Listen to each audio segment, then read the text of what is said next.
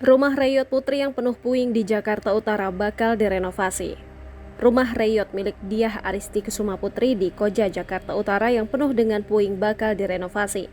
Hal tersebut diungkapkan salah satu kreator konten yang tergabung dalam komunitas kreator Bersatu, Boy. Ia telah bekerja sama dengan pengurus RT 14 RW 15 Kelurahan Tugu Utara terkait rencana renovasi rumah Putri. Untuk pembangunan ini, kami sudah sepakat dengan pihak RT, jadi ruang utama ini akan kami ratakan, akan menjadi halaman, ujar Boy saat ditemui pada Senin 24 Juli 2023. Karena nantinya buat lahan parkir warga di sini, jadi untuk memasukkan Mbak Putri nantinya dan kami akan membuat satu ruangan kamar di daerah belakang, imbuh dia. Saat ditanya soal penggalangan dana, Boy memastikan sudah berjejaring dengan orang-orang yang siap mengulurkan tangan untuk Putri. Kalau bantuan sih, banyak ya di luar sana orang-orang baik juga yang tentunya dari donatur yang sebelumnya dari misi kreator Bersatu yang mereka sudah pernah membantu, ungkap dia. Sebagai informasi, Putri merupakan anak tunggal yang hidup sebatang kara di Jalan Wayang Sari 3, Blok E13 RT 14 RW 15, Tugu Utara, Koja, Jakarta Utara. Rumah yang dihuninya tidak dialiri listrik.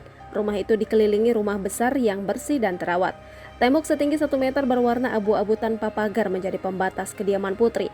Memasuki area halaman, puing-puing berserakan dan menutupi perkarangan.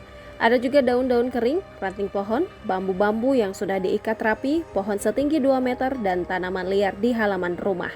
Tembok depan rumah Putri berwarna merah bata, pintu rumahnya terbuat dari kayu berwarna coklat, tetapi sudah usang dan tidak memiliki kunci. Saat Kompas.com masuk ke dalam rumah, terdapat sebuah ruangan di sebelah kanan yang penuh dengan tumpukan barang yang berserakan. Barang-barang tersebut meliputi kompor sumbu, kursi plastik, sofa berwarna biru yang sudah kotor dan rusak, pakaian-pakaian, kursi plastik merah, perabot dapur, dan lain-lain. Sama seperti perkarangan, bagian dalam rumah Putri juga dipenuhi puing-puing. Kemudian plafon rumah Putri tampak kusam, bahkan ada beberapa bagian yang sudah bolong. Sementara itu bagian belakang rumah Putri sudah tak memiliki atap. Di area ini ada satu kamar mandi yang juga dipenuhi sisa reruntuhan.